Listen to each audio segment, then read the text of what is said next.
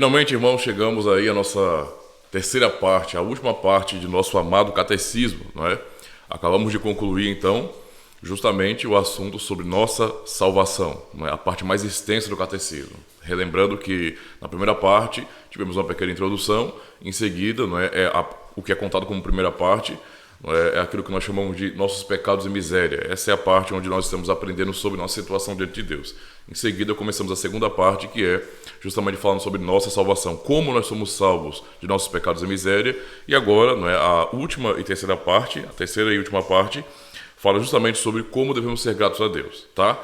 Mas observe que o catecismo não corta um assunto para o outro, ele faz um tipo de fading, não é? Ou seja, de transição, onde você consegue perceber, não é, que uma doutrina está ligada à outra, não é, que compreender essa verdade na Escritura, não é, é algo que vai se desenvolvendo e tudo vai ficando muito bem amarrado, tá? Uma coisa está ligada à outra. Então aqui, no primeiro domingo, não é, da terceira parte do catecismo, nossa gratidão, que é o domingo 32, temos perguntas e respostas que estão fazendo essa transição, entende? Uma conclusão bem lógica, na verdade. Então a pergunta 86 diz bem assim: Se somos libertos da nossa miséria somente pela graça através de Cristo, sem nenhum mérito nosso, por que então devemos praticar boas obras?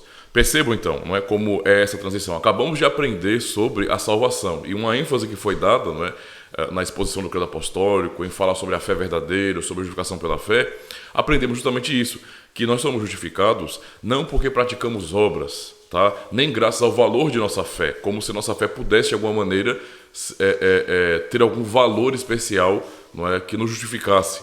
Não, não é? Somos salvos por meio da fé, mas a fé é uma ferramenta, tá? Ela é um meio. Quem nos salva é o próprio Deus, quem nos justifica é o próprio Deus, tá bom? É Cristo quem nos salva. Esse é o ponto. Logo, não há nenhum mérito nosso, tá? Nós não merecemos nada. É Cristo quem merece a salvação para nós. Nesse sentido, então, Deus opera tudo. Deus faz tudo com relação à salvação. É Ele, não é, quem faz absolutamente tudo. A salvação vem do Senhor. A pergunta aqui realmente é bem lógica, não é? Porque ao mesmo tempo que nós reformados estamos ensinando sobre essa graça tão abundante, não é, a graça de Deus de verdade, também ensinamos sobre a prática de boas obras. E alguém poderia ficar confuso, porque muitas pessoas têm em suas mentes, não é, que a fé reformada, que as doutrinas reformadas, na verdade, elas dão razão para uma vida completamente afundada em pecados. Porque a pessoa pode pensar, ora, se eu não tenho que obedecer, que fazer nada para ser salvo, e sou salvo exclusivamente pela graça de Deus, por meio da fé que Ele mesmo me dá, porque é um dom dele, então, por que eu devo então obedecer? Por que eu devo fazer boas obras? Qual a razão para o meu esforço e compromisso? Eu acho que não precisa. Não precisa. É tudo pela graça mesmo. Eu não fiz nada para merecer, mesmo assim eu recebi, então por que eu não posso viver à vontade nesse sentido, sem ter que me dedicar à obra de Cristo, à vida cristã? Qual a razão disso? Por isso a pergunta é tão lógica, não é? Porque alguém poderia, depois de ler, de repente, essa segunda parte do catecismo e aprender como é que Deus nos salva de nossos pecados e miséria, então achar que, ora, se é pela graça, eu não tenho que fazer obras. E aí o catecismo vem justamente respondendo isso. A resposta é, porque Cristo, tendo nos redimido pelo seu sangue, também nos renova por seu Espírito Santo a sua imagem, para que, com toda a nossa vida, mostremos-nos gratos a Deus por seus benefícios e para que Ele seja louvado por nós. Além disso, para que tenhamos a certeza da nossa fé por causa dos seus frutos e para que, pelo novo viver piedoso, possamos ganhar nosso próximo para Cristo. Então, podemos perceber aqui algumas partes dessa resposta que são muito importantes, muito lógicas, não é, muito concisas. Por exemplo, porque Cristo, por que devemos fazer boas obras nesse sentido? Porque Cristo, tendo nos redimido pelo seu sangue, nos renova por seu Espírito Santo. Então, Cristo nos salvou, não é, para um objetivo, para um propósito. Ele nos salvou, mas também nos renovou nesse sentido pelo Espírito Santo. Ele rogou ao Pai que enviasse o Espírito Santo até nós. O Espírito Santo foi derramado sobre a igreja. Portanto, o Espírito Santo é aquele que promove essa mudança em nosso coração, não é? É Deus habitando em nós, então Ele está nos transformando. Por isso não faz sentido, tá, que alguém diga, sou salvo em Jesus Cristo, fui salvo por sua graça, e consequentemente essa graça não traga uma vida dedicada a Deus, não é? Porque quem é salvo porque realmente o Espírito Santo habita nessa pessoa, é o Espírito Santo que aplica a obra da salvação. Sem o Espírito Santo a pessoa não é salva. Tudo o que Cristo fez na cruz é efetivo, é verdadeiro na vida de quem o Espírito Santo habita, não é? Então, assim, isso é muito importante para compreendermos que a doutrina da salvação, que só vem de Deus, não é? A doutrina monergista da salvação, ela não é uma doutrina que induz as pessoas a viverem de maneira desordenada. Muito pelo contrário. Não é? Muito pelo contrário. Na verdade, quando falamos que Cristo nos salvou por sua graça, isso também significa dizer na prática que o próprio Espírito Santo habita em nós, aplicando essa obra de Cristo. E uma vez que o Espírito de Deus habita em nós, certo? Ele nos renova. Ele está nesse processo de regeneração de nossas vidas.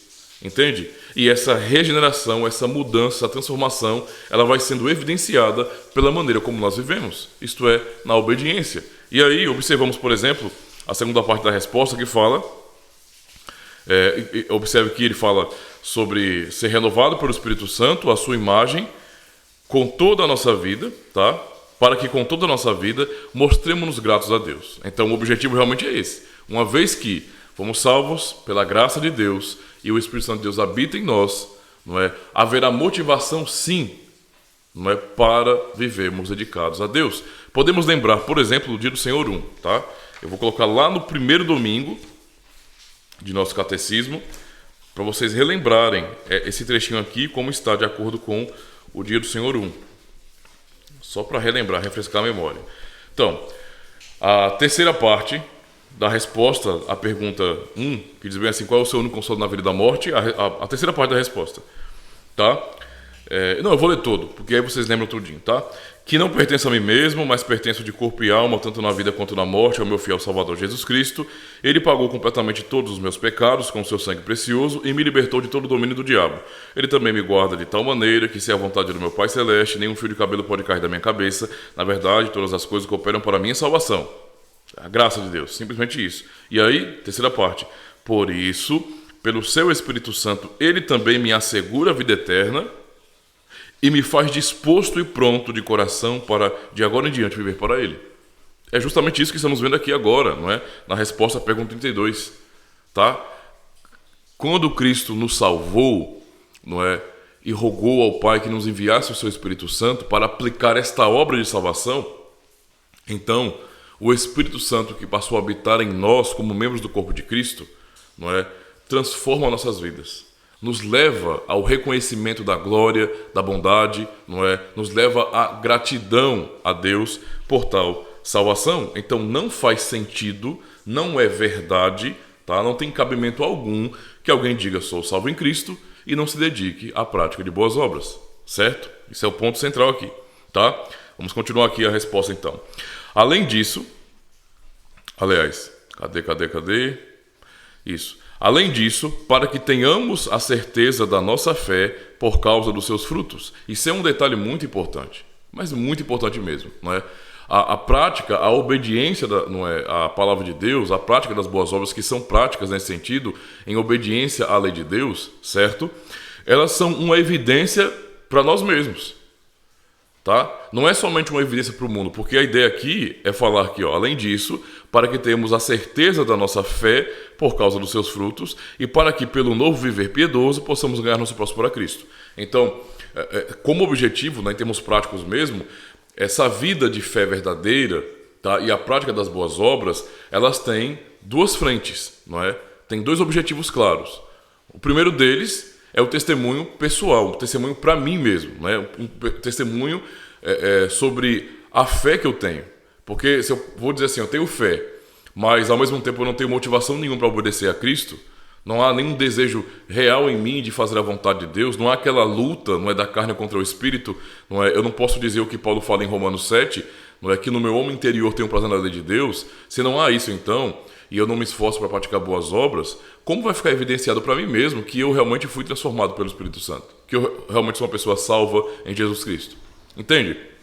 Então, as obras são a evidência da fé. Perceba como o caminho é o contrário, né? Enquanto aqueles que são sinergistas, que acreditam nessa heresia, não é, de cooperação humana, é uma heresia isso aí, pura heresia, não é? Que a pessoa faz para ser salvo, nós somos salvos, por isso fazemos. Esse é o ponto. Então, as boas obras em nossas vidas são evidência da nossa fé, se ela é verdadeira. Entende? E então, uma vez que nós temos o testemunho, somos motivados, não é, nessa fé verdadeira, também praticamos boas obras a fim de alcançar nosso próximo para Deus com o nosso testemunho. Porque tanto nós podemos testemunhar que fomos transformados por Deus, por isso que há uma nova motivação e uma nova atitude, não é, em nós, como também podemos testemunhar para as pessoas de fora, para aqueles que não conhecem o Evangelho, que de fato Cristo nos transformou. Por isso a nossa disposição mudou. Esse é o ponto aqui. Então tem dois objetivos claros, não é, com relação à prática das boas obras, não é? O primeiro tem a ver com a nossa gratidão a Deus, esse é o ponto central, e o segundo com o testemunho, tanto interno, tanto pessoal, como também para as pessoas de fora, não é? Para que a luz do Evangelho brilhe em nós e as pessoas possam ver, não é, essa luz e então glorificar o nosso Pai que está nos céus. Esse é o foco aqui, ok? E agora vamos para a pergunta 87. Podem ser salvos aqueles que não abandonam o modo de viver ingrato e penitente e não se convertem a Deus? E aí vem essa pergunta não é, que para alguns pode parecer pesada. E muitos que têm uma concepção errada da fé reformada acabam caindo do cavalo aqui, né? Acabam dando com a cara na parede, porque se algumas pessoas imaginam que a pregação sobre a graça de Deus, sobre a salvação somente por meio desta graça, pela graça e por meio da fé, não é, dá razão para uma vida dissoluta em pecado, não é, completamente largada, sem prudência, sem fidelidade aos princípios da palavra de Deus, acaba quebrando a cara justamente aqui. Porque quando nós dizemos que Cristo nos salva somente pela graça, não é, que é crendo nele, somente crendo nele que nós somos salvos, e nós não precisamos de obras para sermos salvos, porque nós somos justificados pela fé sem as obras da lei, não é? Nós não estamos dizendo com isso que o indivíduo, ele pode ficar folgando nesta graça e tornar essa graça uma graça barata. Ora, podemos lembrar, por exemplo, de Romanos capítulo 6, onde Paulo quebra essa ideia, tá? Paulo quebra essa ideia. Paulo vai seguindo uma lógica bem interessante em Romanos, né? Porque ele começa no capítulo 1 ao 3, e basicamente expondo a depravação total. É aquilo que combina com a primeira parte do nosso catecismo. Ele vai mostrar que, no sentido geral, do capítulo 1 ao 3, ele vai resumir, tá bom, a realidade humana, pegando dois exemplos máximos, né? Judeus e gregos, por exemplo, não é? Que eram os exemplos máximos da humanidade antiga. Os judeus, o exemplo máximo da moral, pela lei que receberam de Deus, e os gregos, o exemplo máximo da inteligência, digamos assim, das filosofias. Então, ele pega os melhores exemplos e mostra que todos, não é, estão debaixo da lei, todos são pecadores, todos são condenáveis, a realidade é essa, tá? Por natureza são todos filhos da ira e, portanto, é Deus quem nos salva. Ele vai dar ênfase a isso, por exemplo, no capítulo 3, para mostrar que não há um justo, não há nenhum sequer, e depois vai dar ênfase nesse sentido em que Deus é o justificador, é Ele quem justifica, é Ele que gratuitamente redime as pessoas por meio de Cristo, simples assim. E então, não é, ele dá tanta ênfase a isso que ele vai explicar no capítulo 4 a dinâmica da justificação pela fé, como é que nós somos justificados, e isso torna ainda o assunto ainda mais claro, para mostrar exatamente isso, que a maneira como nós somos justificados é totalmente diferente daquela maneira meritocrática, não é, que estamos acostumados. No contexto geral da humanidade, estamos acostumados com o conceito de meritocracia. Nós fazemos, ou seja, merecemos, então recebemos. Não é? Ninguém trabalha o mês inteiro e recebe o salário do patrão como se fosse um tipo de, como posso dizer, favor do patrão. Aquilo não é de graça, na verdade o patrão está te pagando porque ele te deve, você trabalhou o mês todinho para ele. Tá? Paulo pega esse exemplo, claro, não é? E ele vai dizer que a salvação ou a justificação pela fé é totalmente diferente. Aquele que não pratica, mas crê naquele que justifica o ímpio, é salvo pela fé, é justificado pela fé. Não é? Deus imputa a ele essa justiça. Tá? Ele justifica o que crê, entende? O que não praticou as obras da lei, mas que creu na palavra de Deus, creu na sua promessa. É assim.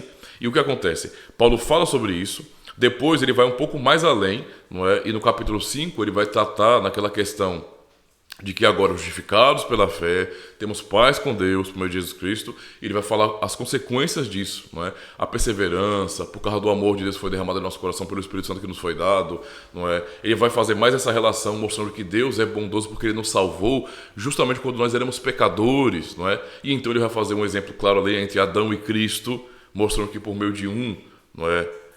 O pecado e a morte entrou no mundo, mas por meio de Cristo, nesse então, veio a justiça, não é? Veio a salvação, veio a remissão dos pecados, tá? E aí, então, fecha aquela ideia de maneira muito clara que a salvação, não é? Que a justificação é somente pela fé. Não adianta imaginar que obras salvam, cooperam, não adianta. É Deus em sua graça que nos salva, somente isso.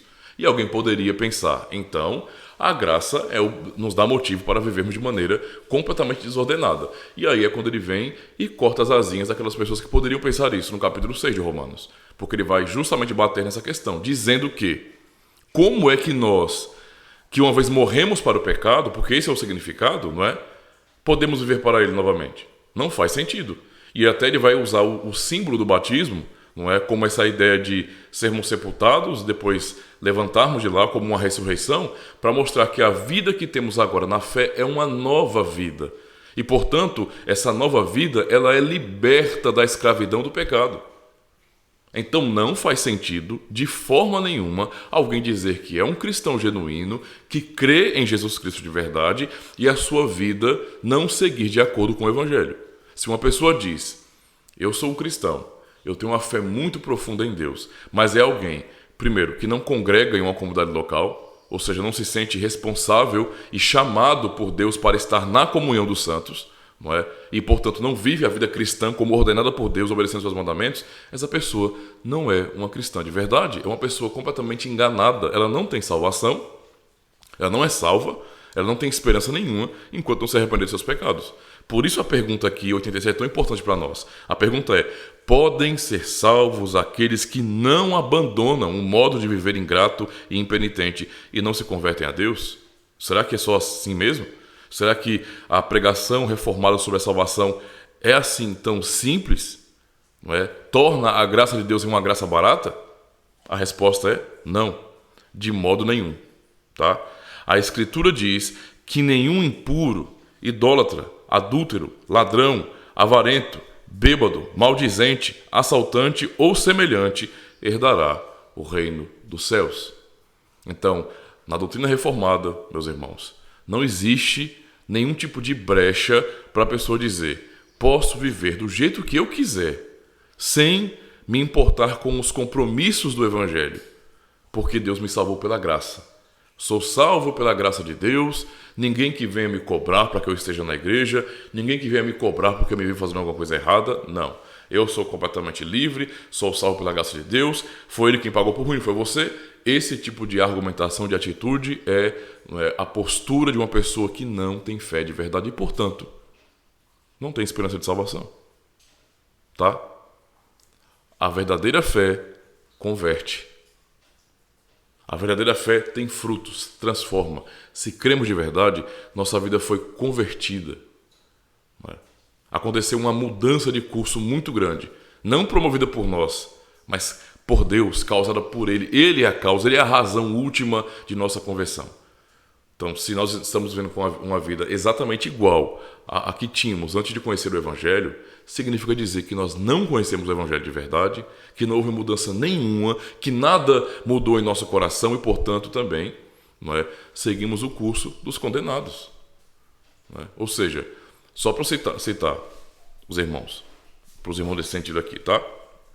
Eu vou ler o texto do Evangelho de João, para vocês terem uma ideia disso. Evangelho de João, capítulo 3. Ouçam com atenção, tá? Eu quero terminar essa aula com esse texto. Que diz bem assim, olha. Verso 35 e 36, João 3. O Pai ama o Filho e todas as coisas entregou nas suas mãos. Aquele que crê no Filho, lembre que o que é fé, né? Nós já aprendemos aqui que a fé verdadeira tem fruto. Né? Então fala, aquele que crê no Filho tem a vida eterna. Quem é que tem a vida eterna? Aquele que crê no Filho. E aquele que crê no Filho obedece, pratica boas obras. Se a pessoa não obedece, vamos voltar agora. Se a pessoa não obedece, não tem uma transformação de vida, não segue a palavra de Deus, obedecendo ao Evangelho, significa dizer que ela não crê em Cristo e não tem a vida eterna. Isso é óbvio, é lógico. Então, aquele que crê no Filho tem a vida eterna.